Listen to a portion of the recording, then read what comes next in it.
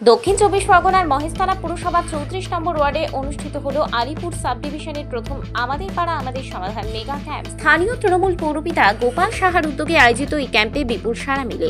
স্থানীয়দের দাবি, এই ওয়ার্ডের 3টি বুথে তেমন বড় কোনো সমস্যা নেই, তবে কিছু পরিবার আছেন যাদের যাতায়াতের রাস্তা অন্যান্য এলাকার তুলনায় খারাপ।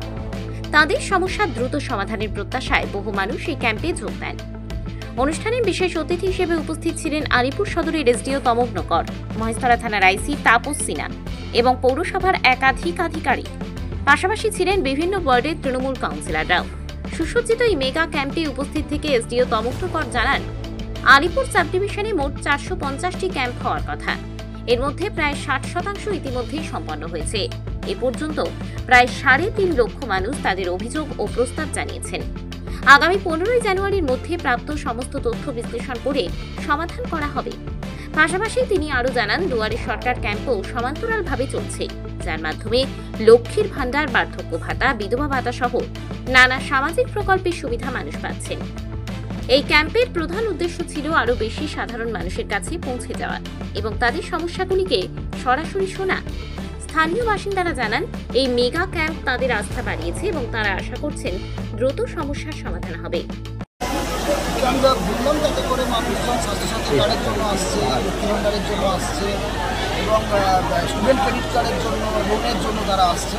তো এখানে তাছাড়াও আমাদের প্রায় 34টা স্কিম আছে, যে এখানে সমস্ত দপ্তরের লোকেজনেরা এসছেন, অফিসাররা এসছেন, তারা এখানে বসেছেন। আরও মানুষ আসবে তাদের বিভিন্ন সমস্যা নিয়ে, সেইগুলো আমরা আজকে এখান থেকেই সমস্যার সমাধান করার চেষ্টা করি।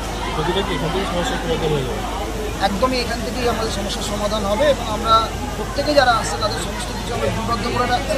যদি হয়তো দেখা যাবে যে কারো কোনো হয়তো কোনো ডকুমেন্টের অভাব আছে, তাদের সাথে আমরা ফোনে যোগাযোগ করে সেই ডকুমেন্টগুলোকে আমরা সংগ্রহ করে সমস্ত কিছু যেহেতু এখন অনলাইনে হয়, অনলাইন পোর্টালে সবগুলো আমরা তুলে দিই। আমার সাব ডিভিশনে প্রায় টোটাল শিডিউল ক্যাম্প আছে 450 মতন। তার মধ্যে 60% ক্যাম্প অলরেডি হয়ে গেছে, 370 মতো ক্যাম্প অলরেডি হয়ে গেছে। তো এখানে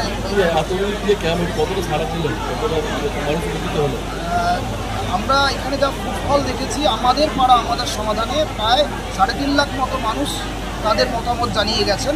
তো আমার এখানে দুটো কাজ আছে, একটা আমাদের পাড়া আমাদের সমাধান, যেখানে আমাদের মুখ্য উদ্দেশ্য হচ্ছে মানুষের যে ছোটো ছোটো সমস্যা, পাড়ার যে ছোটো ছোটো সমস্যা, তার জন্য মাননীয় মুখ্যমন্ত্রী 10 লক্ষ টাকা করে।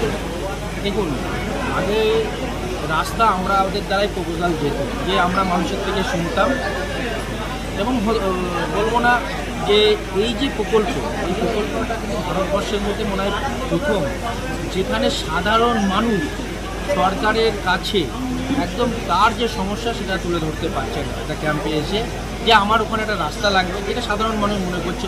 অনেক সময় কি হয়, একটা বাড়ি থাকলে, দুটো বাড়ি থাকলে অনেক টাকা ব্যয়বহুল হলো, আমরা সেইটা করতে একটু পিছিয়ে আসি। সে মানুষ তার অভিযোগটা জানাতে পারে না। সেখানে বসে মমতা ব্যানার্জি মনে করেছেন যে এটা জানানো দরকার, কী বাকি আছে সেটাকে আমার তুলে ধরা দরকার।